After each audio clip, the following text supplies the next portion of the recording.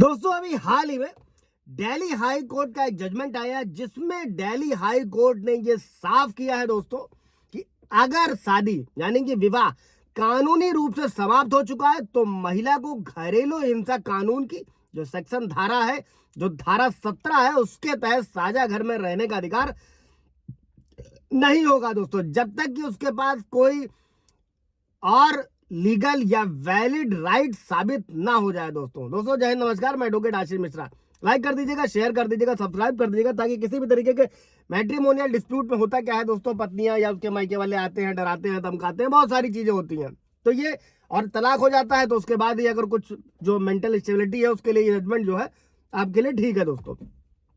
अभी कोर्ट ने ये कहा है दोस्तों कि अगर शादी जो वैध तलाक है, अगर डिग्री कोर्ट दे देता है और कोर्ट के द्वारा समाप्त कर दिया जाता है तो घरेलू संबंध भी जो होते हैं वो पूरे तरीके से समाप्त हो जाते हैं। अब इसके आधार पर क्या होगा दोस्तों कि उसका जो जो राइट टू घर में रहने का अधिकार है दोस्तों, जो टिका रहता है इस कानून के तहत, वो भी पूरी तरीके से समाप्त हो जाता है, जब तक कि कोई दूसरा वैलिड लीगल राइट पत्नी द्वारा या फिर बहू द्वारा साबित ना किया जाए। दोस्तों अभी मामला क्या था दोस्तों, उसको भी समझ लीजिएगा ताकि आपको अपने केस में कैसे कहां लगाना है, कहां नहीं लगाना है, आप समझ सके। दोस्तों इस मामले में एक बहू ने फैमिली कोर्ट के आदेश के खिलाफ जो है अपील करी थी, मतलब पत्नी ने फैमिली कोर्ट में जो किया था उसी की अपील करी थी,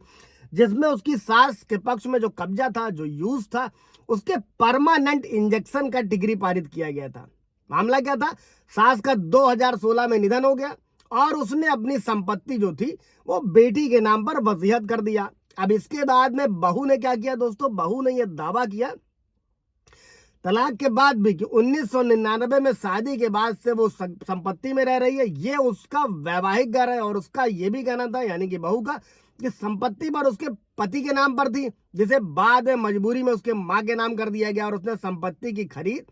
और किसी भी तरीके का जो निर्माण, जो कंस्ट्रक्शन किया गया, उसमें आर्थिक योगदान देने का भी दावा किया। वहीं फैमिली कोर्ट ने क्या किया दोस्तों, नवंबर 2019 की जो तलाक की डिग्री थी उसके बाद में ये कंक्लूजन निकाला कि जब उसके पास उस घर में रहने का इस वक्त कोई भी कानूनी अधिकार नहीं है। और हाई कोर्ट ने क्या किया दोस्तों कि फैमिली कोर्ट का आदेश बरकरार रखा, मतलब फैमिली कोर्ट ने यहाँ पर जो है सास के पक्ष में ही फैसला दिया था, यानी कि ससुराल वालों के पक्ष में फैसला दिया था दोस्तों। और तलाक की डिग्री को जो बहू ने चुनौती दी थी, वर्तमान में कोई भी वैवाहिक संबंध या फिर घरेलू संबंध चूंकि अस्तित्व में नहीं है, ऐसे में घरेलू हिंसा कानून की धारा 17 का सहारा लेने का जो है अधिकार किसी भी तरीके से बहू के लिए नहीं बचता है और नहीं मिलेगा उसको। और अदालत ने यह भी साफ किया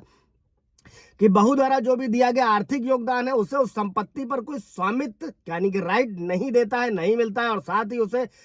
6 महीने का समय दिया गया दोस्तों घर खाली करने के लिए, जिससे पूरी तरीके से साफ होता है कि यह कार्रवाई ना तो मनमानी थी और ना ही अनुचित। और कोर्ट ने कहा कि तथ्यों और जो भी कानूनी सिद्धांत हैं उनको देखते हुए फैमिली कोर्ट के आदेश में किसी भी तरीके की कोई त्रुटि नहीं है दोस्तों, और जो भी एविडेंसेस मौजूद थे वो सब सही है। हाई कोर्ट ने फैसला सुनाया। इससे रिलेटेड आप लोगों का कोई सवाल जब होगा दोस्तों तो कमेंट में पूछिएगा,